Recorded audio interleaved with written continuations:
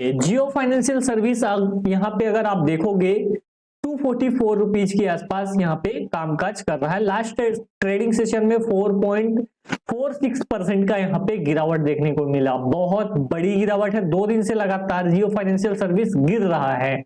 इसके पीछे की जो वजह है वो यहाँ पे जानने का प्रयास करेंगे। और लास्ट ईयर शायद हमने डिस्कस किया था, अगर हम बात करते हैं जब ये लेवल आने के पहले डिस्कस किया था 264 के लेवल का ब्रेकआउट होने के बाद, तो 1 साल हो गया। 1 साल के बाद जियो फाइनेंशियल सर्विस में जो हाईएस्ट लेवल लगा था, उसके बाद जियो फाइनेंशियल सर्विस उस लेवल को ब्रेक करके ऊपर फर्दर नहीं गया और अभी यहाँ पे 244 के लेवल पे आ गया है, यानी जिस प्राइस पे गया था उससे भी यहाँ पे नीचे आ गया है। मार्केट कैप अगर आप देखोगे तो मार्केट कैप जियो फाइनेंशियल सर्विस का जो है 306 करोड़ के आसपास है और करंट प्राइस देख ही चुके। हाईएस्ट जो प्राइस था 395 था और लोवेस्ट जो प्राइस है इस साल का 240 रुपए के आसपास है और लोवेस्ट प्राइस को भी ये ब्रेक करके और भी लोवेस्ट की पोजीशन पे जा सकता है। पॉसिबिलिटी है, गारंटी नहीं है।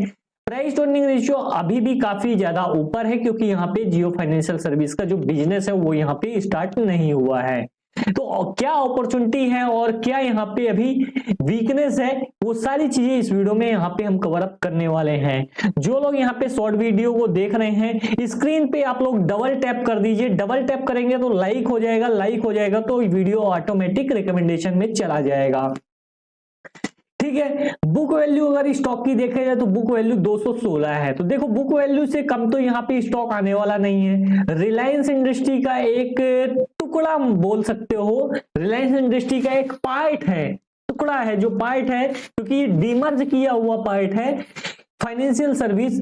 तो यहाँ पे उसका जो बुक वैल्यू है, बुक वैल्यू से ये स्टॉक नीचे नहीं गिरने वाला है और गिर भी गया तो ये एक अपॉर्चुनिटी के अलावा कुछ नहीं होगा। तो ऐसी अपॉर्चुनिटी को हमेशा क्या करना चाहिए, ग्रैब करना चाहिए।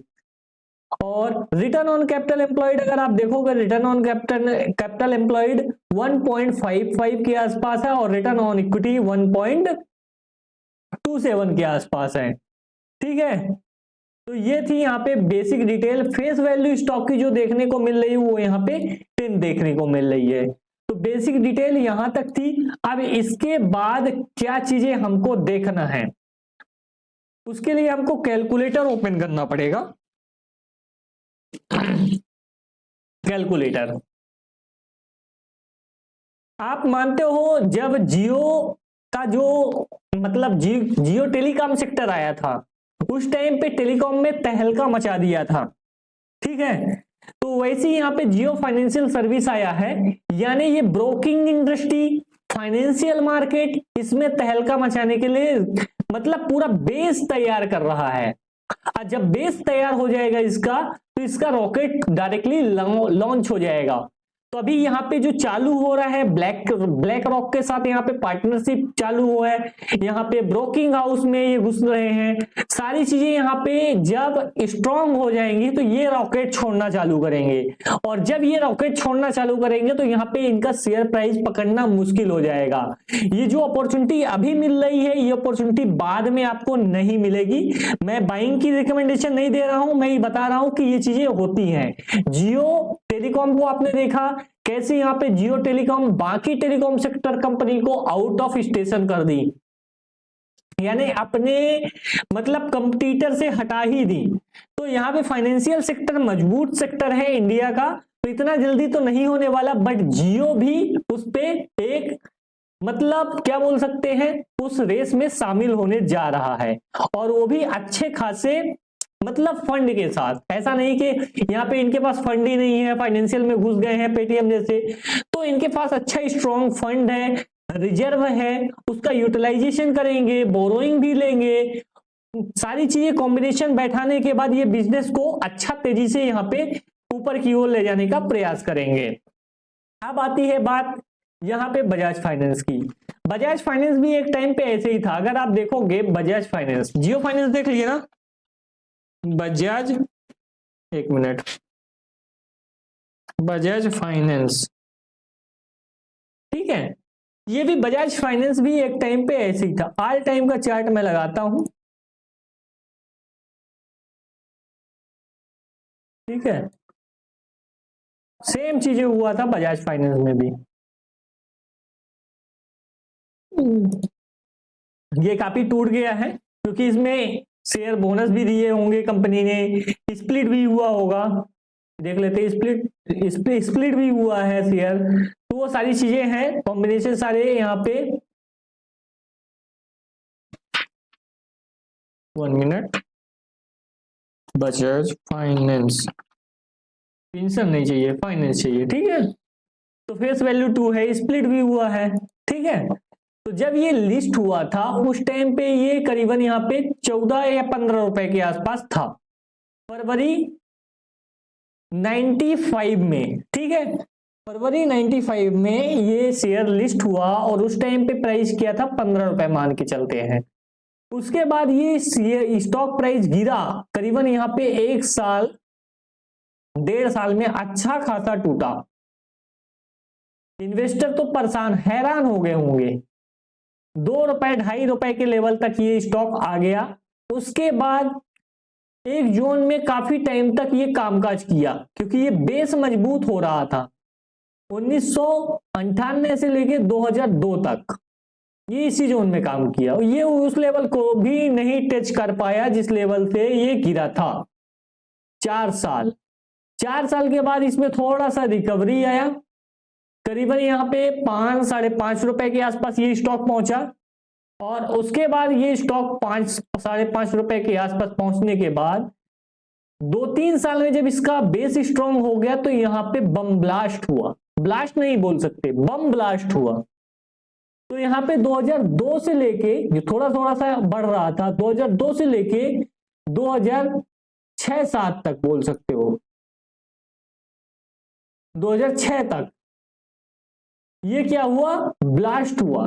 5 रुपए से लेके 50 रुपए चला गया 4 साल के अंदर, यानी 10 टाइम्स 4 ईयर के अंदर हो गया, 10 टाइम्स बोल सकते हो गिरा था। और इनिशियल प्राइस से कितना हुआ, 14-25-60 बोल सकते हो, या तो 5 टाइम्स 4 टाइम्स के आसपास, 12-4-48, तो 4 टाइम्स के आसपास नियर बोल सकते हो।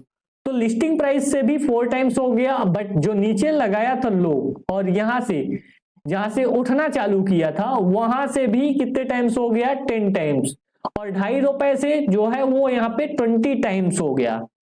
तो ऐसे यहाँ पे मूवमेंट आते हैं स्टॉक मार्केट में जब चीजें अच्छी हो जाती हैं, ठीक है। और उसके बाद ये स्टॉक मुड़ के नहीं देखा, बीच बीच में गिरावट आई, फिर ऊपर गया, फिर गिरावट आई, फिर ऊपर गया, फिर गिरावट आई, फिर ऊपर गया, फिर कोविड की लंबी गिरावट आई, फिर उसके बाद भी अच्छा खासा ऊपर गया, फिर नीचे आई गिरावट, फिर अच्छा खासा ऊपर गया, फिर नीचे आई, फिर ऊपर गया। तो ये सारी चीजें चलती रहती है मार्केट में। अभी ये जो स्टॉक है एक जोन एक में कामकाज कर रहा है और ये जोन को अगर हम बढ़ा दें, ये जोन को अगर हम बढ़ा दें तो इस जोन को अगर ये ब्रेक आउट करता है तो यहाँ पे फर्दर अपसाइड यहाँ पे पॉसिबल हो सकता है, इसमें इस स्टॉक में, तो वो चीजें यहाँ पे देखने को मिलेंगी। बट हम बात कर रहे थे जियो फाइनेंशियल सर्विस की। अब इसका जो बुक वैल्यू है वो कितना है, 1402 रुपीज, और शेयर प्राइस कितना है, 7440 डिवाइडेड बाई 1400, ठीक है, करीबन 5.31 टाइम्स है बुक वैल्यू का। इसका बुक वैल्यू कितना है, 216, तो इसमें डायरेक्टली क्या करेंगे, मल्टीप्लाई कर देंगे, 216, 1147 रुपए का अगर जियो फाइनेंस आज की डेट में काम करना, बजाज फाइनेंस के जैसे बिजनेस करना चालू कर देता है, यानी रेवेन्यू आना चालू हो जाता है, प्रॉफिट आना चालू हो जाता है, तो आज की डेट में ही यहाँ पे इसकी जो वैल्यू है 1147 रुपए के आसपास ये मतलब अफोर्ड करता है, ठीक है, प्राइस टू बुक वैल्यू से। और प्राइस टू बुक वैल्यू बहुत ज्यादा मायने रखता है, ऐसा नहीं कि मायने नहीं रखता है, ठीक है। दूसरी चीज क्या है यहाँ पे, अगर आप इसका रिजर्व देखोगे, बैलेंस शीट, इसका भी बैलेंस शीट निकाल लेते हैं। बैलेंस शीट इसका देखोगे, इसके पास रिजर्व कितना है, अभी ये रिजर्व बढ़ रहा है, कितना है 86,680 करोड़ के आसपास यहाँ पे इसके पास रिजर्व है।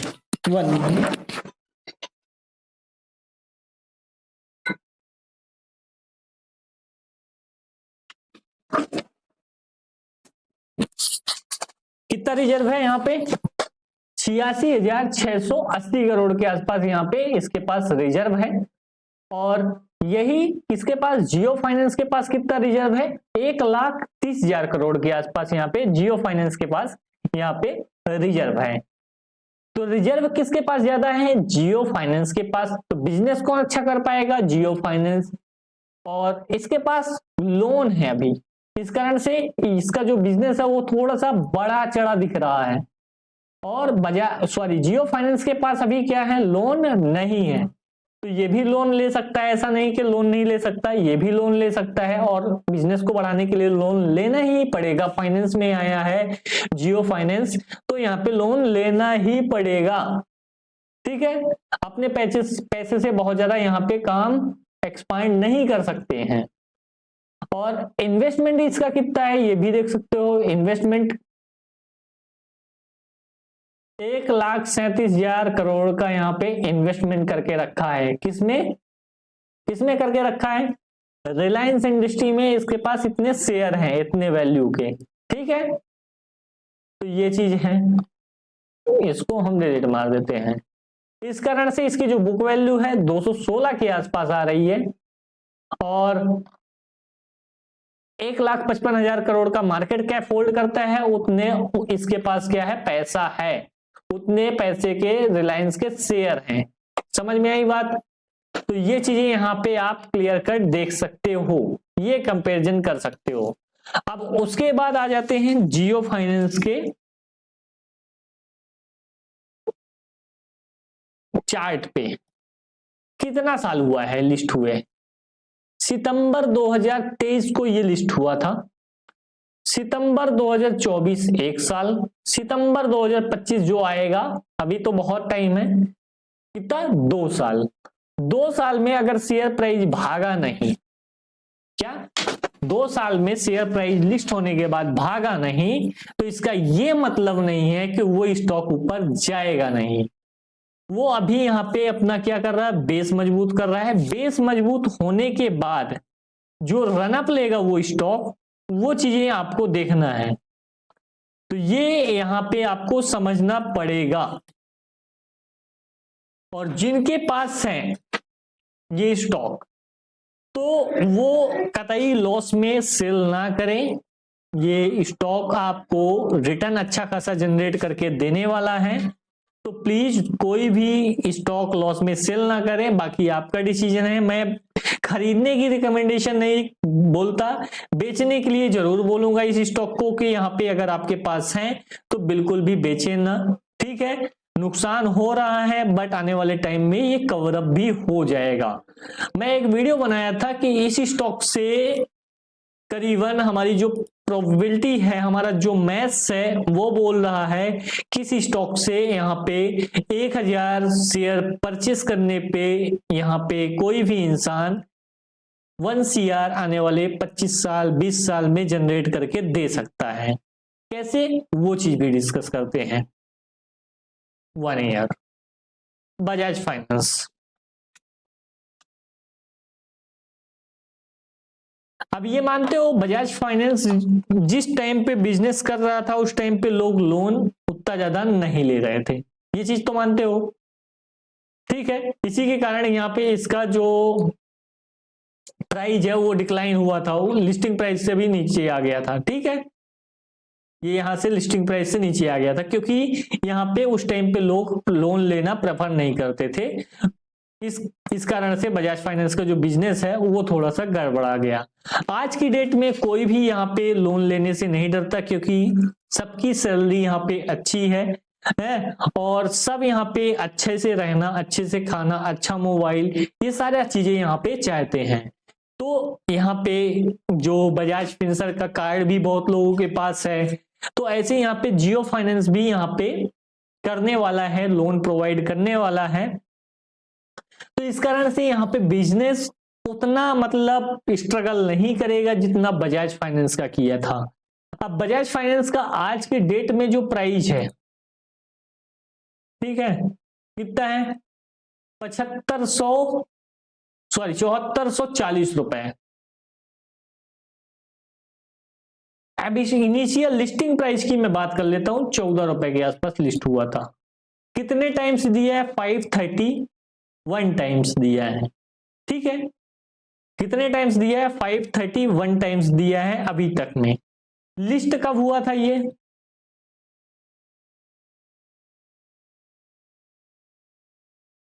लिस्ट हुआ था 96 में। कितने साल हो गए, 96 से लेके 2026 तक 30 साल हो गए। स्प्लिट की मैं बात नहीं कर रहा हूं, ठीक है, अभी स्प्लिट भी हुआ, फेस वैल्यू चेंज हुआ, वो सारी चीजें मैं बात नहीं कर रहा हूं, डिविडेंड दिया, वो कुछ नहीं मैं बात कर रहा हूं। 531 टाइम्स ये हुआ।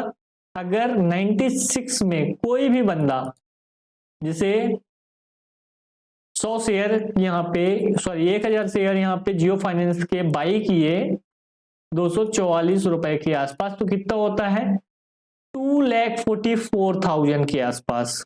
कितना होता है, 2,44,000 के आसपास इंटू 500 टाइम्स। स्प्लिट की मैं बात नहीं कर रहा हूं, शेयर प्राइस की बात कर रहा हूं 30 साल में, जैसे बजाज, तो कितना हो जाएगा, 12 करोड़ 20 लाख।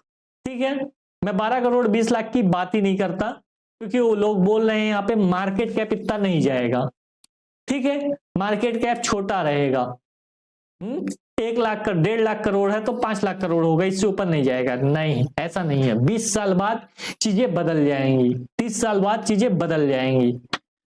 उस टाइम पे लगने लगेगा कि जो 1 लाख करोड़ है तो 200 लाख करोड़ हो जाएगा। ये सारी चीजें वहां पे चेंज हो जाएंगी उस टाइम पे। ठीक है, महंगाई का लेवल भी उस टाइम पे अलग होगा जो अभी यहाँ पे है। तो मैं इतनी भी बात नहीं करता, मैं इसका 1/5 की बात करता हूं। कितना, 244 था ना हमारा, अगर 100 टाइम्स भी दे दिया, 244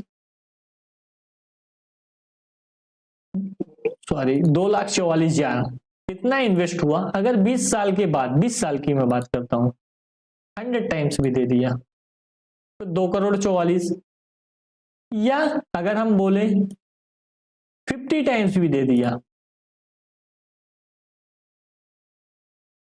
50 टाइम्स तो मान सकते हो 50 गुना होता है। 20 साल में शेयर होता है, ऐसा नहीं है कि नहीं होता, होता है। 50 गुना भी हो गया, 1 करोड़ 22 लाख रुपए। 1000 क्वांटिटी शेयर परचेस करने पे आज की डेट में आपके 20 साल में प्रोबेबिलिटी है कि 1 करोड़ 22 लाख यहाँ पे बन सकते हैं, प्रोबेबिलिटी है। अब यहाँ पे 20 साल में हम रिटर्न भी देख लेते हैं बजाज फाइनेंस का कितना है। कब से देखा जाए, यहाँ पे 2005 से, 2006 से देखते, तेजी के बाद। ठीक है,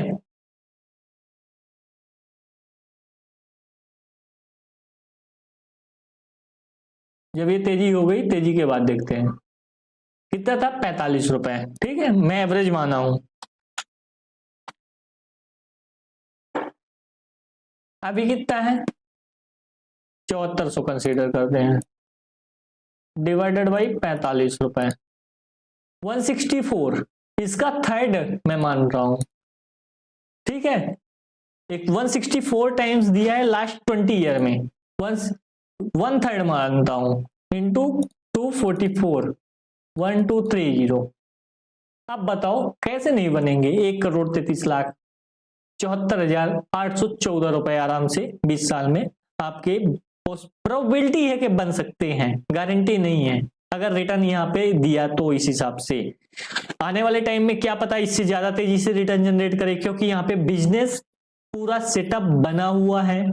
बजाज फाइनेंस को सेटअप बनाने में टाइम लगा था, तो वो सारी चीजें उस टाइम पे थोड़ी सी ज्यादा दिक्कत वाली बात थी एज कंपेयर टू आज का जो सिनेरियो बोलता है। ठीक है, तो अगर वीडियो आपको अच्छा लगा तो वीडियो को लाइक जरूर करिएगा, चैनल पे नए बने हैं